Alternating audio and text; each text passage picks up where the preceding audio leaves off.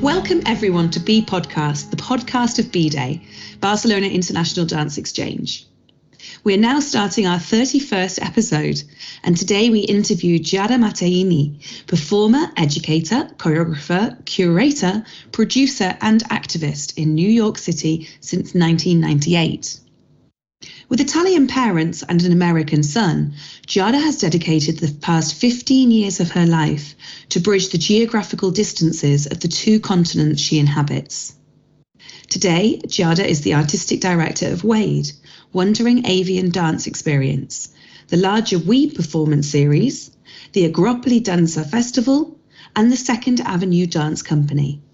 She is a dance professor at NYU Tisch School of the Arts in NYC and has travelled as a guest artist to Germany, Sweden, Austria, China, the Philippines, Mexico, and across the US and Italy. Today, Giada performs with Jennifer Chin Dance, Melissa Fenley and Company, and teaches company class for the Limon Dance Company. As a company director, she has produced and or facilitated over 60 residencies with international artists, too many to name in this humble introduction. Giada is a founder and director of the aforementioned WADE, a multifaceted arts organisation that approaches important social justice themes, such as violence against women and girls through dance and the performing arts. In keeping with WADE's commitment to elevate women's voices, Giada has entered an intensive 18-week training to become a parent leader with RISE, an organisation founded and run by parents who have been directly affected by the child welfare system in New York City, which with its policing, threatening, removal and control disproportionately affects women of colour and those living in poverty. Giada is also training to become a certified instructor with Moving for Life, a program that promotes and teaches mindful movement to older adults and as a means towards cancer recovery and prevention to all ages. It is our absolute pleasure to host Giada in our first B podcast in English today, and we welcome our new audiences to share in this fascinating story. Welcome. Welcome to the B podcast, Giada Matteini. Well, thank you for having me. Very excited to be here. You're more than welcome. What an introduction. I mean, the list just goes on with the amount of work and avenues that you're working in. So it's a delight to have you here. Thank you. So Giada, could you tell us a little bit about your initial training? Who have the dance companies and choreographers been that have most influenced your career to date? My original training was in classical dance. I'm originally from Florence, and I trained at the Florence Dance Center with Marga Nativo, who was one of the prima ballerina assoluta at Teatro Maggio Musicale in Florence. And she was one of those, neoclassical ballerinas, right? She was interested in expanding the role of classical dance as was known back then. So she's my main childhood teacher. She was training us to be very strong technical dancers, but ready to kind of perform in any other avenue. And also she was she was the first person that actually taught me about dance pedagogy. Right. So she started to teach us how to teach. And I remember doing this at 14 years old, and I'm still practicing some of her teachings back then. Mm-hmm. So she was my first influential teacher. However, as I was learning to be a ballerina, I had my doubts about wanting to be a ballerina. And you have to think about this is the 80s in Florence, right? So it's a little sheltered place. You don't see much apart from, theaters and the classical dance. It was definitely not the epicenter of modern dance at that time. And so, but I had my questions. I was like, everybody was telling me I needed to be a ballerina, but I was like, but I don't know. I don't think so. There's something about this that doesn't really make sense to me. And when I was a young teenager, I met a couple of amazing artists who really changed my life. One was Larry Exon, who is based in Paris, but is originally from Harlem. And he danced with Caroline Carson, and he's this incredibly tall, handsome American Indian and American man who would just, he had this way of dancing that was very embodied. And again, he's like 6'3" or something, and he would stand on stage and he would just move a hand, and I would be so fascinated by the fact that he was moving a hand. And I was like, how does he do that? He's got no tricks. He's just standing there, and I just want to be around him, right? So so I studied with him, getting a little bit closer to what modern dance or contemporary dance is. And then when I was 15, I actually saw a performance in Florence of Melissa Fenley. Melissa Fenley is a very famous American choreographer. She had this career of creating work for herself, and she would do this tour de force, like solos for 45 minutes an hour. And I remember seeing her. She's the opposite of Lario. She's like 5 feet. She's tiny, very, very tiny. She was bare-chested, short hair, fierce. And here I am, 15 years old. And I'm like, wait, I want to do that. What is that? That's what I want to do. That's not, I don't want to do ballet. I mean, ballet is all great, but what's she doing? How? So these two people, when I was growing up, really influenced me. And it's kind of like, it's so amazing how life is that I actually got inspired by these two American artists. And then I wound up in the US, and I am now a very, very good friend with both. I mean, Melissa and I are dear friends, and she's actually come to my program in Italy already once, and she's coming again this year with her company. We collaborate all the time. Life is funny. And, Lario is from Harlem. My son is now a Harlem educated child since first grade. And they became kind of my mentors in a way. They inspire me to see that there was more than what was offered to me. Amazing. Yeah, it's so, life certainly does go full circle in some ways, doesn't it? Yeah, for sure. For sure, totally. And I mean, just so beautiful to hear that influence now is something that you can share in with those amazing inspirational people, and then are part of your life. So on that, you mentioned about obviously being born in Florence and being from Florence. How did you find the move to NYC in 1998? And how did that shift your career at that time? Because it must have been a big change for you from moving from Florence to, did you go directly to NYC? Oh my God. I mean, I think about it now. I'm like, wait, what? Because, okay, here's the thing. I love how you say NYC. Oh, really? NYC. Yeah, I like that. So, yes. Okay, let's put it into perspective. I trained in Florence, right? So I went to high school in Florence. And I trained into a dance school in Florence. But I used to live in this really tiny town, 30, 40 minutes outside of Florence, in the middle of nowhere, called Proyecto di Poggiacaiano. That's a big word. It couldn't be any different. I mean, I don't even know. The distance between Proyecto di Poggiacaiano and New York, it's like insane. So the way that happened, though, was, again, Margherita Tipo was my dance teacher, and she was married with this American choreographer. His name is Keith Ferrone, of Italian origin. And they had a dance company, the Florence Dance Theater. I think it's still there in some form. And I danced with them from the age of 14. I was in their company because I was there, I was one of their students that went into the company. So we were touring Italy mostly, but then we got this tour to come to the US, to come to the Joyce Theater. And I remember that originally they were supposed to bring the whole company, which was like maybe 15, 20 people. But then somehow, like a month before we left, they lost the grant to come to the US. So they only could bring like 4 people. And they chose to bring me out of all the dancers. So it was actually Marga, my dance teacher, and Keith that were both dancing. There was this artist from the Comunale, which I don't remember his name. Unfortunately, he's not with us anymore. And me. I was 18. Wow. And I have never been, the only place that I have been outside of Florence, Proyecto di Poggiacaiano, was Budapest, with my friends for a trip, whatever, I don't know, New Year's Eve trip. That was my extent of traveling. And they're like, we're taking you to New York. And I was like, okay, whatever. Never, ever have I thought of coming to New York, ever. Like my plan after high school was to move to Europe somewhere. I never thought of coming here. So I come here, and New York has this kind of impact on people. You either love it or hate it. I loved it. But what happened is that we came to the Joyce Theater, and I was completely flabbergasted when I walked there, because I saw the people that were performing in the theater, Merce Cunningham and Paul Taylor. I was like, oh my God, what am I doing here? What's happening?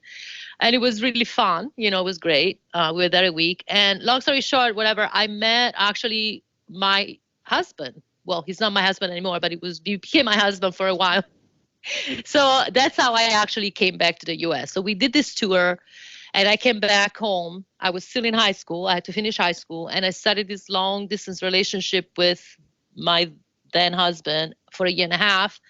And then when I graduated high school, I decided to move because, he wasn't going to come to Proyecto di Poggiacaiano. And I mean, it made sense at that point. I'm a dancer. I wanted a dance life. And, so that's how I actually moved. I came here originally to dance. I moved back for love. And then I stayed after I got divorced for my son. Because at that point I had my career. I had a career here. And yeah, that's a long story. But so the funny thing is actually that my dance teacher, so as I said, my dance teacher was married to Keith, who was a choreographer, and I married his brother. So at one point, that was his brother that I met. At one point, we were all like one big freaking family. It was really weird because she was my dance teacher, and I don't know if a lot of people know that Italian has two ways of speaking, and I think Spanish is like that too. Like we have a formal way and an informal way. I don't think that English has that, but I've always spoken to my teacher in an informal way, right? I'm sorry, in a formal way. I would never talk to her like she's my friend. And then all of a sudden she's my sister-in-law, and we're like hanging out at Christmas, and she's like, you gotta talk to me like I'm your friend. I'm like, I can't do that. I still can't do that. So that was really weird. All of a sudden I was part of their family. I was part of their family before as an artist, but then I became actual, blood family. So anyway, that's how my journey to the US came about. I moved here when I was barely 19. Yeah. And I didn't speak English very well, but I figured it out along the way. Amazing. It's there seems to be a pattern of things coming together, almost like, or people coming together in your life. It's very interesting. And you said about moving for or staying for love, and then obviously for your son, which is a different kind of love, right? As well. That's right. It's the biggest love is for my son. Oh, lovely. So, Giada, your work as an activist, in your biography, obviously we mentioned that this is one of the many hats that you wear, I guess, or many sides to your identity. It appears to be very intrinsic to your identity, both as a choreographer and as an educator. And I guess that the question is, as the founder and director of Wandering Avian Dance Experience, I just love the name of this company, and I've read a little bit about the background of that, so feel free to fill us in on that a bit. But what really started you to motivate this company, and I guess how has that shaped that connection to that activist approach within your work? So Wandering Avian Dance Experience is a company that I've had in my heart forever, but I didn't have the tools or the experience to make it happen. It's always been in my heart. That was the company I wanted since a young age. Well, I guess I have to go back a little bit. You did hit the nail in the head when you said it's intrinsic to my work. It's intrinsic to my life. I am a survivor of violence. And that's when dance really came to be this special place for me to heal, right? I use dance to heal through my experiences with violence. And I choreographed work that was talking about my experience with violence, right? And I, did benefits for those who were dealing with violence. So there was always like almost like in a third person in my young age. I was like, I wasn't ready to really say, hey, I'm a survivor. I wasn't ready. And I had too many other things going on. So I would do that though already. Wandering Avian dance experience was actually born during the pandemic. I had a previous company, and that was called Toscana Dance Hub, and that was mainly what I say in my bio about having Italian parents and an American son, and trying to bridge that. That company was that. Here I am. I'm a young 19-year-old Italian woman moving to the U.S. Like you said, my life completely changed. My mindset completely changed. I thought I had it all figured out, and here I come here. I don't speak the language. I don't know anyone. And I had to readjust my whole way of living. I learned so many incredible things that I would never have if I was in Italy, but I would have never learned them the way I did if I was an Italian, right? So that this incredible vibrant way of living that I have because of my experience, I wanted to offer that to my American students coming in Italy and doing the opposite. So I had this company, which was a bridge of creative activity between Italy and the US. And I've had that program for I had it for 9 years. Then the 10th year anniversary, we were supposed to come to Italy and do this big, gigantic celebration, and we had everything planned. We had the venue planned. We have all these amazing guest artists coming from all over the place. And then guess what? COVID hit, and we went into lockdown. And that was like, okay, now what? So here we are. I'm home, right? I work, as you mentioned, at NYU, and NYU was like, okay, guys, we're in lockdown. Figure out how to teach dance from your living rooms. Okay. And so here we are. I'm in my living room. My son is in his room because he was doing high school from his computer. And I'm teaching 3 or 4 ballet classes from my living room via Zoom. It is so weird and awkward. And then, we had this thing which most country had at 7 p.m. we would go by the windows and like we would, bang on pots and pans to offer appreciation to the front line workers, because that was the shift, their work shift.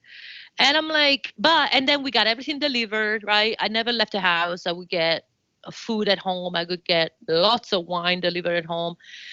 And it was really weird, right? It was like, wait, what the hell? There was like death around us everywhere. It was awful. But I kept thinking, but I'm safe. And my son is safe. And I love my home, right? I'm like, I'm in a safe home. And I'm lucky. And so I started to think about when I did not have that experience. And actually my home was the place that was the most unsafe. And I started researching actually what was happening globally with domestic violence. And domestic violence had an uptick of 30% worldwide. So it got worse because everybody was asking these victims to shelter in place with their oppressors. So here they are. Not only they are being abused, now they can't even leave the house to get support. So this is called the shadow pandemic. The UN called it the shadow pandemic, which was the parallel pandemic of what happened with the COVID pandemic. And that was it. I was like, okay, this is it. This is what my company needs to do now. I need to do something to bring awareness, to help support women who are in these places. And that's how really Wade was born. And I originally wanted to do already a festival in Italy that was kind of talking about these issues, but I decided to do a virtual one. So the first engagement of Wade was during the pandemic. It was a 16-day virtual festival that was run parallel to the UN festival. They do a 16-day of activism against gender violence, and I did that. So I presented work of women mainly women from all over the world that were talking about their experience with violence in any kind of form. But I also spoke with a lot of men, and Seba was one of them. I spoke with male artists and male activists from all over the world, from South America to Asia, to Europe, to the US, talking about violence and how steep it is in the culture, gender-based violence. That was the beginning of WADE. The name WADE kind of refers a little bit to my experience of a wandering soul. I always say that if I didn't have my son, I would not even have a home. I would be a nomad. But I have a son and I need to stay put because I just enjoy learning about new culture. So the wandering is me or my program kind of like touching base here and there long enough to build experiences, meaningful experiences to dance. That's what the name came from. And the actual inspiration was actually the albatross. Those birds are so gorgeous, and they fly for months and months and months without ever putting their feet down. But then when they put their feet down, they mate for life, which is like unheard of in humans. So I'm like absolutely fascinated by them. So that's how it was born. And, and here it is. This is the company I wanted when I was 20, but I couldn't figure out how to make it happen. Giada, thank you. That is such a beautiful story. I could literally listen and we hopefully will return to it, but I could listen all day. And firstly, thank you so much for sharing about your own experience, because I think, it must have been, and just that final thing that you said about, it's a company you wanted when you were 20, but sadly, and quite importantly, I guess, the experiences that you have had to date have really shaped where this company has come from. And I think it clearly is very reflective of not only your own experience, but that really terrible turmoil that we were all watching from like you say, the safety of our own homes. And there was that real strange parallel between the terror that was going on within the pandemic across the globe and also what that meant for so many women, but whilst also knowing that we were safe at home. And so so just the way that you explain that, and I think the roots of that company and where it grew from really resonates. So thank you so much for sharing that. Yeah, sure. I just want to mention that the pandemic was only a reason to make the situation worse, because before the pandemic, already 1 in 3 women in the US are affected by violence. 1 in 3. So that's pretty staggering. It really is. Pretty staggering. And I think it's actually worldwide, because again, I spoke to people all over the world and the story is the same everywhere. So absolutely. I think that, Yeah, no, absolutely. I hear you. And I think, the pandemic brought something to the forefront again, I guess, that should have been way more at the forefront. And it's something that through your company, you're one of the key missions, as you say, is to investigate and to elevate women's voices, really. So perhaps you could share what has been, I guess, the main difficulty and the main achievements through doing this quest. I know you mentioned some of the conversations that you've had, but you must have encountered some extremely hard-hitting and heartfelt stories along that journey. And now also through your work with both Rise and Moving for Life, looking at obviously older dancers as well. So maybe if you could share some insight into these projects, the challenges, the achievements, and also perhaps touching on how you managed to maintain a level of sensitivity in your work, but whilst ensuring these people's voices are heard. Sorry, that's a very broad question. There's a lot in there to unpick, but hopefully that's I understand what you're saying. I'm just gonna approach it from where I stand right now. And again, this goes with, again, the many different identities that we embody, right? So I am a white European woman living in New York City. As such, I am my positioning is very, and and let's add middle class. Okay, I'm a middle class white European woman living in New York City, and here I am talking about issues that have affected me deeply, but they mainly and disproportionately affect women of color in New York City and in the US in general, right? So here I am, a European in the US, bringing some important topics that most people do not identify as me, even though I have gone through them. So my point is how, as a white woman, I am supportive of these stories, right? I elevate these stories, but I don't overstep my boundaries in presenting these stories and telling their voices, right? So this is the most important thing.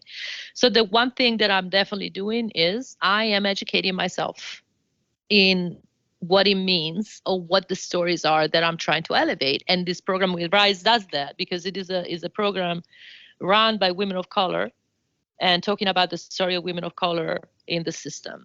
And everything that I do, I try to, what do you say? Like not only talk the talk, but walk the walk. So if I'm going to elevate these voices, I'm going to learn about the history of the US, where the oppression comes from. This whole country is built on oppression, right? They came here from Europe and, took over the country and then brought slaves from Africa, right? It's built on oppression. And the systems of oppression are so ingrained in everything that happens here. I need to be aware of these. I can't pretend that I don't know about them. And so I educate myself and I give space for women to speak their truth without being judgmental. But I also very simply, give work to women. I give work to women of color. I hire choreographers of color. I hire teachers of color. I support businesses that are run by women of color. And then I try just to be a platform. That's what I try to be. To elevate their voices. I'm answering your question. I'm not sure. I can't remember. Absolutely. Okay. Totally. And I think it's beautiful and it's so important as well that we, that issues around different people's stories and women, like you say, who are, it's disproportionate in the level of experience in this treatment, really, that we all share these stories and that we can understand, but only from obviously our own perspectives. And like you say, that level of education that is threaded throughout that, about your learning constantly in the work that you're doing, in the paths that you're following, and also in the alongside the people that you're working with. I think it's so important, the work that you're doing, in order to learn and to educate and to reframe or reconsider the history as well that we have been brought up with, I guess, and the way. Sorry. If I just want to add that we have to really put things into perspective when you when you have a platform. And I have, for example, I offer trainings to my team. We do bi-monthly training on oppression and how to create a work that is meaningful and that has a social justice basis. And we listen, we bring the platform to us to understand where our place is, so we don't pretend to know everything. And actually, this is the other very important thing about way that I want to emphasize, is that I'm not pretending that my company can possibly solve the problem of gender-based violence in the world. However, I am just a little tiny speck of help, and I invite people to join us from everywhere. And I am building a network of people who are just as dedicated. And we are fine not knowing all the answers. We are fine not knowing where we're going exactly, as long as we talk about it. And the one thing I want to mention, actually, with this festival that I was so incredibly excited about it, is having conversation with men who actually are doing amazing work to support the fight against gender-based violence. There are so many incredible organizations run by men everywhere in the world, and they spend their life talking about these issues, solving, creating school curricula. I was so uplifted by it, because I'm a little bit, if you think about it, violence is violence, and violence happens against men as well. But I think it's more predominant that the men are the one doing the violence against women and against trans people and against queer people. And when you realize that there is so much work being done, it's kind of uplifting, even though it's like never enough. I never thought there would be actually these incredible organizations like, all over the world. And that's what I discovered during the pandemic. Here's another amazing thing that happened during the pandemic. I actually, and then I spoke to this incredible activist in Canada. His name is Umberto, and he runs White Ribbon. And he put me in contact with this incredible male activist in India, who put me in contact with this incredible activist in Colombia. And it was like, whoa, okay, amazing. There is so much incredible work out there. And, that's the only positive thing that came out of that. But then I had this conversation, because I'm Italian. And of course, I actually was talking with Sebas about this, how, Mediterranean countries are possibly the worst in their relationship with women. Italy is pretty awful in their level of violence against women and genocide. I was against women. I was talking with this Italian doctor who works on these issues, and he was telling me that what is important to understand is when you approach gender violence, you can't approach it as an isolated concept. Mm-hmm. You have to isolate it as a cultural aspect. It is so deeply ingrained in everything that we do, and not only about how men relate to women, but also how women relate to women and men, and how teachers relate to gender. It was so fascinating to understand how complicated it is, that if you really look at it, it becomes a little overwhelming, right? You're like, well, there's no way. How can we solve this? And this is why my company is not saying that at all. My company is saying, I'm an artist, and I am going to host these conversations, and I'm going to give the space to artists who want to talk about this, and I'm going to bring awareness by doing what I do. We do not in any way say we have the solution for this, or we are the only ones that are doing this. I just want to make sure that that's clear, because that's very important to me. We are just, being a small, very, very, very, very small, tiny group of women and activists and male activists that want to do something about it. Absolutely. From the comfort of our homes, Absolutely. And I think, it's beautiful. And I absolutely appreciate that. And I think the more people, even though you say, the tiny amount that you're doing, but the beauty and the reach of that in those small companies and in those relatively seemingly small ways, that the ripple effect of that is something that's quite beautiful. And I think if the more people and the more companies that are having these conversations and doing work such as the work that you're doing with Wade and Rise, obviously, and all of your projects, the better, because hopefully, the more understanding and the more connectivity we find. And it was interesting you talking about the pandemic, and I'm aware that I've got so many questions I just want to ask you. I think we need to do Mark 2 of this podcast, but the pandemic obviously has impacted all of us. I'll come back to it later, but first I'd love to hear a little bit more of your work as a professor in relation to your working relationship with the students at NYU, who obviously we've met, some of them through the BIDE cluster edition during the pandemic itself. But I guess, how does this international practice, and also the practice that you're speaking about just now, about voices and allowing voices to be heard, how do you feed that back into your, I guess, future practitioners from NYU and the young people that you work with on a day-to-day basis?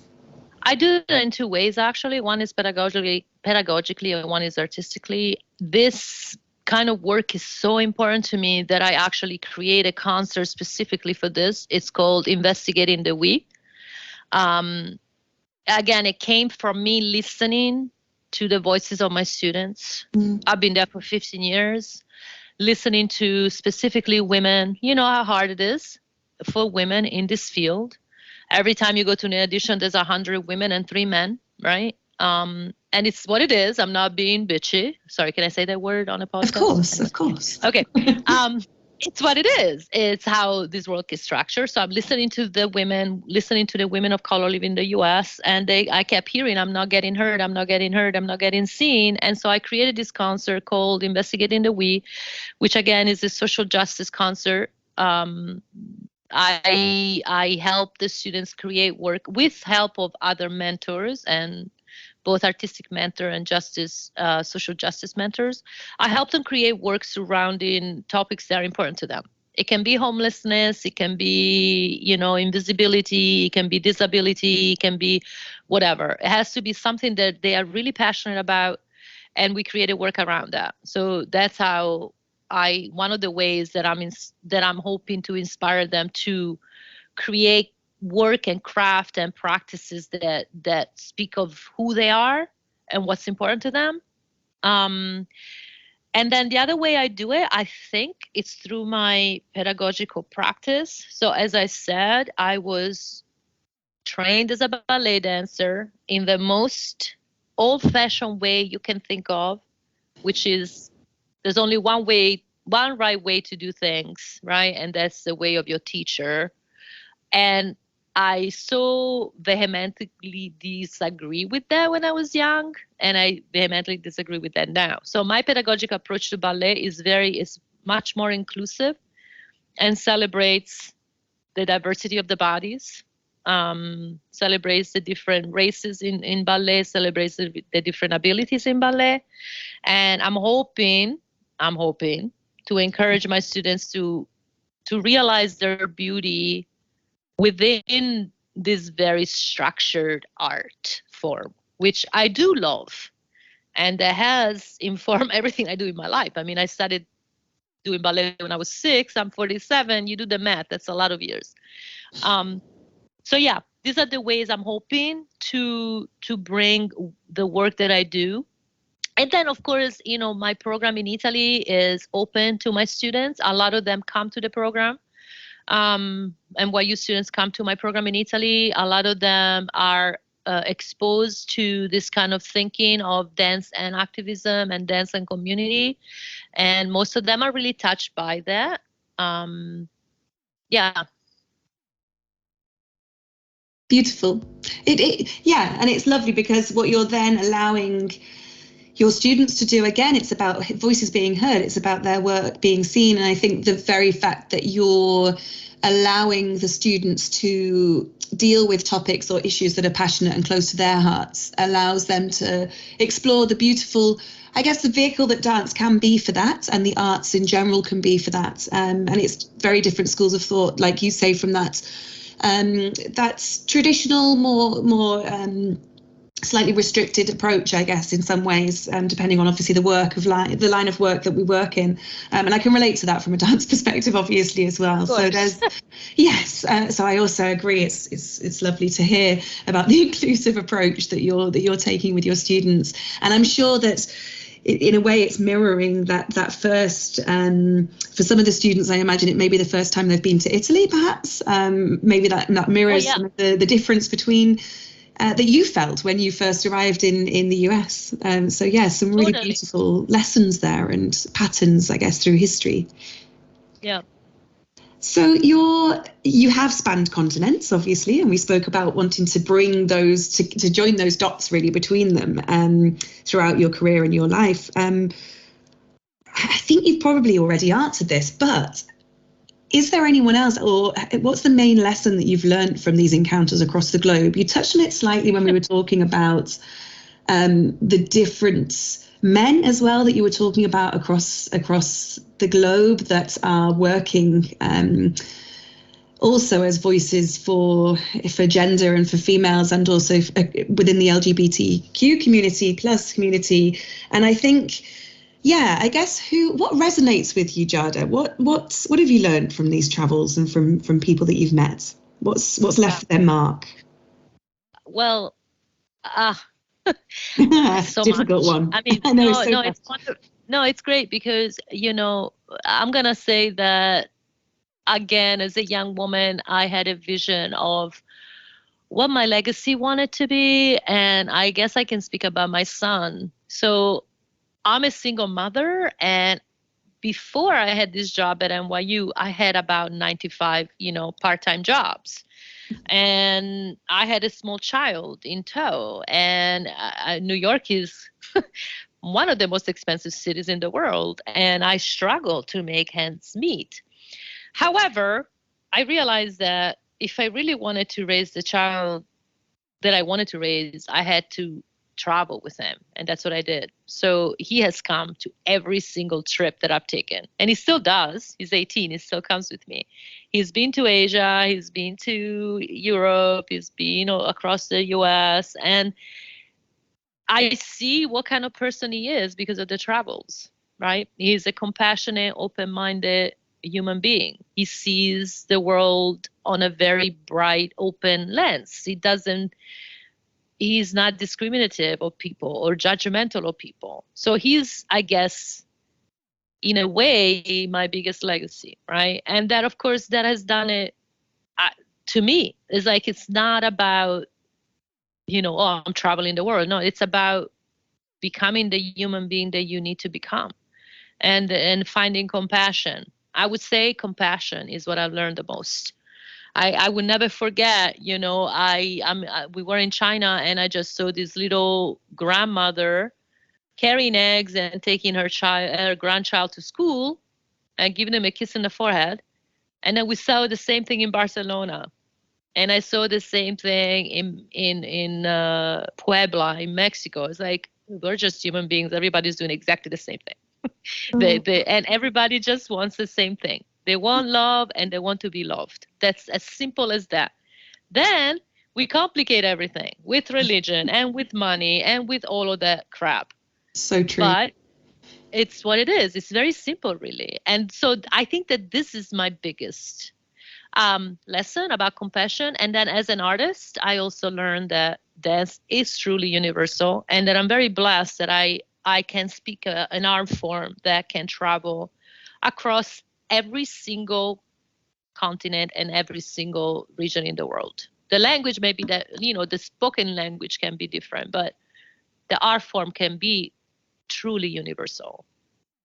So true.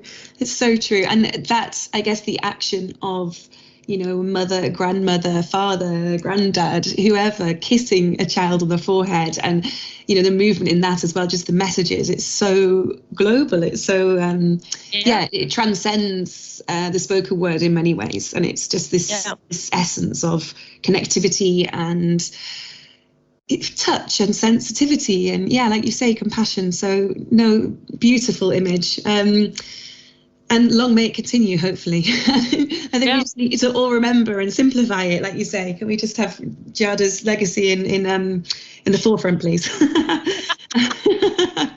But if we could strip it back to that simple essence of connectivity, it would be a lot simpler, wouldn't it? Yep. Amazing. Giada, listen, it's been amazing. We are getting closer to time, but I have, I think, one last question. Because you work so much with gender and you have shared some really lovely insight into the possibilities and the amazing work that's already happening from males within our industry as well, and then beyond that. What do you think do you think you face major challenges as a female working in the arts nowadays and education? And again, this might be a massive question, and I'm sure we could do a whole podcast on this alone. But from your experience nowadays working as a female, what are the main things now that need to happen, I guess, from your perspective within arts and education? Well, the first thing that needs to happen is that women need to be paid the same amount that men are paid. And that's number one. It's not happening. And okay, I'm going to tell you this one. I don't know if you know this show. It's called Grace and Frankie. It's a very famous American show with Jane Fonda and I can't remember her name. Anyway, there's 4 main actors, the 2 women. It's a huge show in the US on Netflix, right? And they are icons. There's 2 women who are icons and 2 men who are icons that are the main characters. The women are the people in the show. It's called Grace and Frankie, right? Well, guess what? The 2 supporting male actors were paid more than them, right? To tell you how it is. And it happens everywhere. It happens everywhere. It happens in universities. It happens in dance companies. So that's the first thing that needs to happen. And there's a lot of fight, globally for that.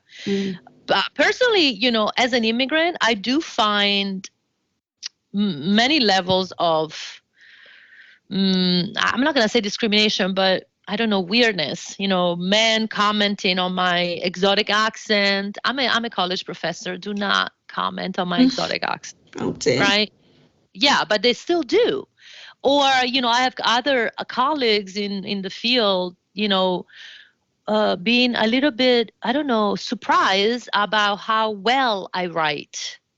Again, where does this come from? Are you saying that because I'm a woman? Are you saying that because I'm an immigrant? Why are you saying that? We are in the same field with the same position, right? So there's like this, I find this to be what my issues are. And again, I am self-realized in the sense that I do have a wonderful job and I do have wonderful opportunities, but I always have to almost justify myself in a way. When I work in Italy, I find it easier, and this is very sad to say, but I find it easier if I have a male partner with me at all times to have conversations with those in charge, which is also kind of obtuse. I remember going to a meeting once with a very important person who was going to help me make my festival happen this is years ago. And I'm the one who's bringing you the project, but you are talking and looking at my male partner who is just there to support me, right? So this kind of stuff. I think it's opening up. In the US, there's a lot of, everything is breaking open. There are a lot more female leadership. Finally, there's a lot more women of color in charge. Finally, it's opening up, but it's not opening up fast enough, obviously. No. But there is some kind of progress, I think. For me, at this point of my life, I'm very hard-headed. I'm just going to make it happen, no matter what you think or what you make of me. I do wish I was paid more. That's definitely one thing that, because, unfortunately, money kind of, makes projects happen for me and everybody. So, yeah, there are lots of struggles, but also lots of more women coming to the forefront and more women asking to be, respected and paid more. So I'm very positive. I as you know, I teach young women, and young women are becoming more and more empowered to go out there and ask for what they deserve. So, which my generation wasn't able to do. My generation was not able to do. So I am so proud of our young women coming up. We're like, no, sorry, this is not acceptable. I need to be paid what I'm worth. I see that, and it's exciting. Very exciting. Yeah. And as you know, I also work in education, and I think our young people are beginning to make those stands and talk out and say that, yes, we do deserve the same. And I think it's so vitally important, because it shocks me still to the core how much work there still is to be done around these issues. And can also relate to some of the things that you're saying, as a female also working in dance and education. Giada, it's been an absolute pleasure. I'm going to close very soon. One last little insight, because I just want to talk to you all the time. What's your plans for the near future? What's next for Giada Matteini? Oh my God. Okay.